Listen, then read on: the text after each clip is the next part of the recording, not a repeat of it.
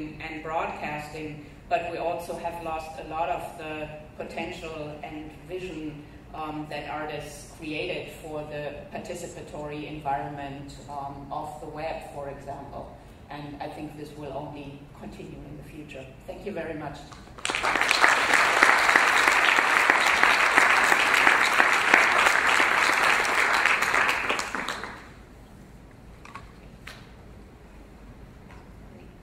Questions?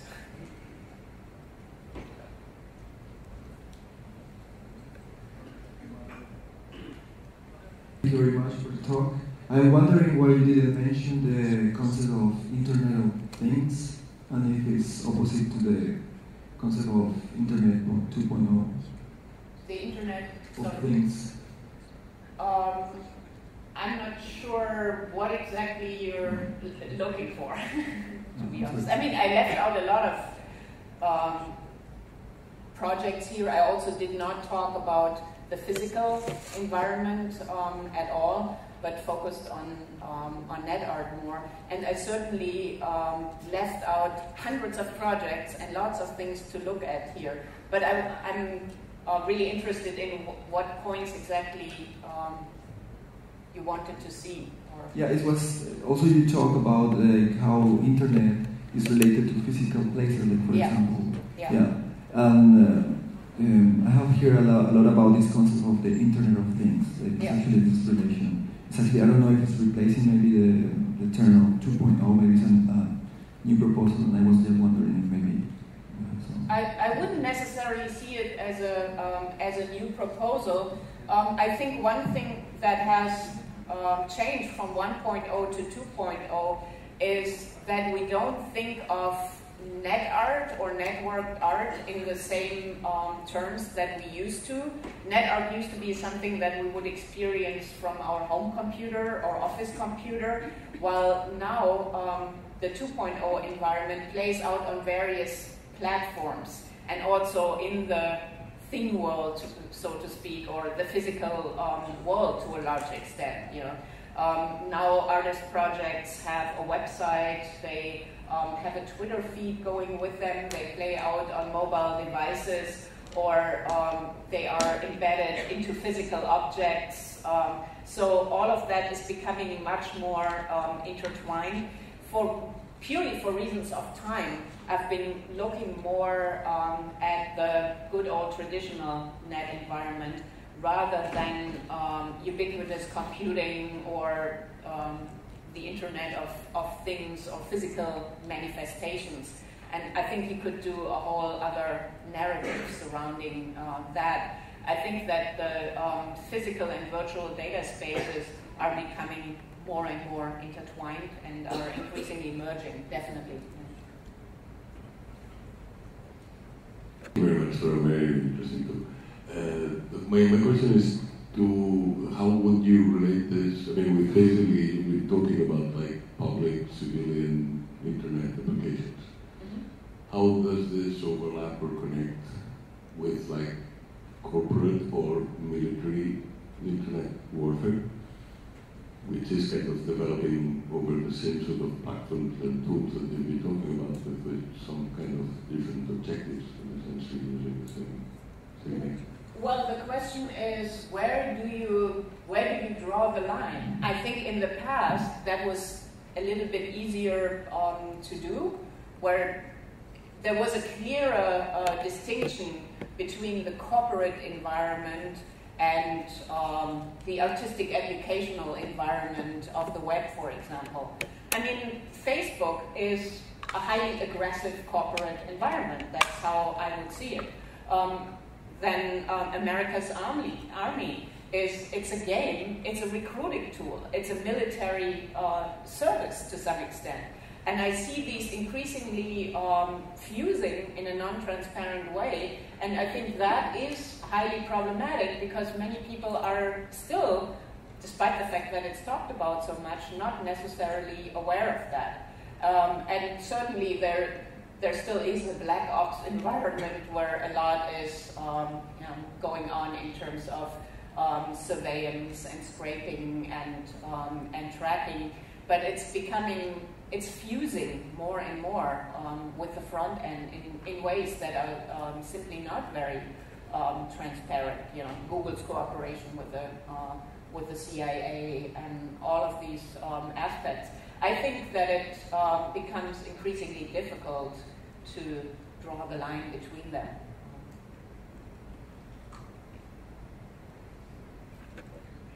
Hello. I wonder if you were here for Sean Cubitt's keynote on the first day? No, I did not.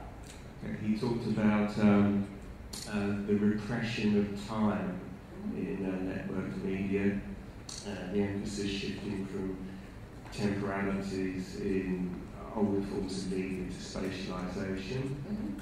I wonder what you thought of that idea, if you're familiar with it, and whether there are any artists' works which address that shift. That would assume, I don't necessarily agree with that shift, I must say, from temporality to spatiality. I think that the relationship between the two has changed, but I would personally not say that there has been a shift from one to the other.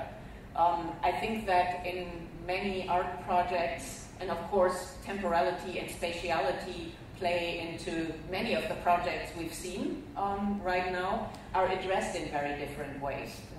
A very simple example being Tina Laporta's work, which so much played with temporality in network communication, and that certainly has sped up to some extent with platforms' increased operability. But I don't think that we've seen necessarily a shift from temporality to spatiality. I think there has been an increasing complexity of the relationship between the two. And it's addressed in ultimately all of these projects in different ways. It's not necessarily the focus of the project. I'm trying to think about a project that would perfectly capture this new relationship or how it plays out today. I can't think of one right now. But again, I wouldn't say, oh, there's a shift from one to the other. The challenges that are currently stopping history to art from documenting and making sense of internet art. I mean, this is a very cursory overview. If you're looking for something comprehensive, that's hard to find. I mean, there are a few books that deal with internet art per se. Tilman Baumgärtel and Josephine Bosma and Rachel Green have certainly, or Julian Stalabras have done work on that, but there is, as of yet, no comprehensive history of that, and it also becomes increasingly difficult to write that because the works are vanishing. Many works by Jodi don't exist anymore because they rely on specific versions of Netscape using specific glitches to play out. And it's becoming increasingly hard to write that history because the works are vanishing.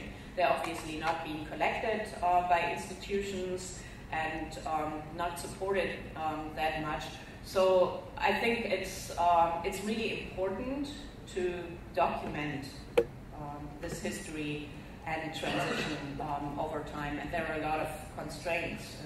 Where's the funding coming from that ultimately supports that? And again, I don't want to say that it doesn't exist at all. You know, Dieter Daniels and other people have done the book Net Pioneers and are working on conservation projects, and work is going on all over the world, but we would need a lot more momentum and funding to really preserve this history, which is going to be a huge issue in the future. It's kind of sad to see at what speed projects are vanishing.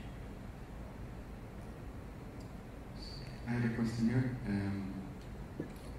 Also wondering, in the end, what we really could use the versioning from 1 to 2 for. It wasn't, for me, totally clear. I mean, I think probably most people here agree, and also you, that the net hasn't moved from version 1 to 2. This was an idea launched by O'Reilly and jumped upon by many entrepreneurs to somehow resell the web after the .com years.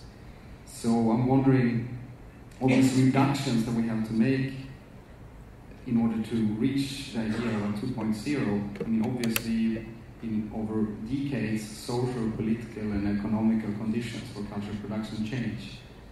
And what can we use the 2.0 metaphor for, other than to maybe make a curatorial overview, which in the end, as you also admit, is dependent on a lot of divisions and reductions that became the conditions for the overview that you make?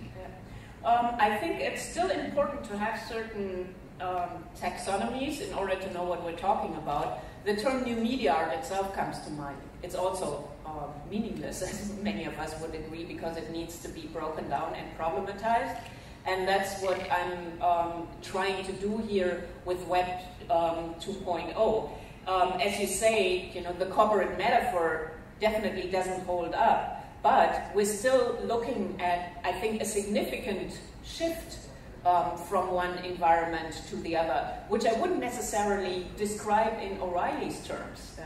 But the fact that we now have these corporate warehouses for broadcasting ourselves, that we ultimately have returned to a broadcasting environment, which is something I find very remarkable, and it's not that critics and theorists haven't suggested that for a long time, that ultimately what becomes successful in technological environments is always one step back, as opposed to the really participatory many-to-many environment. We have something like YouTube, which is a return to the old broadcasting environment with tagging and liking and things addressed here.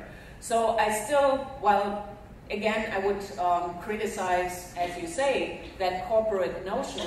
I also think that we need to make a distinction between the landscape of the 90s and the landscape of the 2000s, and these ideas of web services and syndication that today dominate the landscape of this work. So the term is still, while I feel obviously very uneasy with that 2.0 term as it has been created by O'Reilly, I think it's still necessary to describe that landscape, which should probably phrase a new term for getting to that. If I talk to younger people, it's always shocking and interesting to see that for many of them, the web is basically identical with Facebook, with Google, with YouTube. That's the environment of the web. And obviously for people who have seen it evolve over decades, it's a much, much larger environment. So what I'm really getting to is this different form of,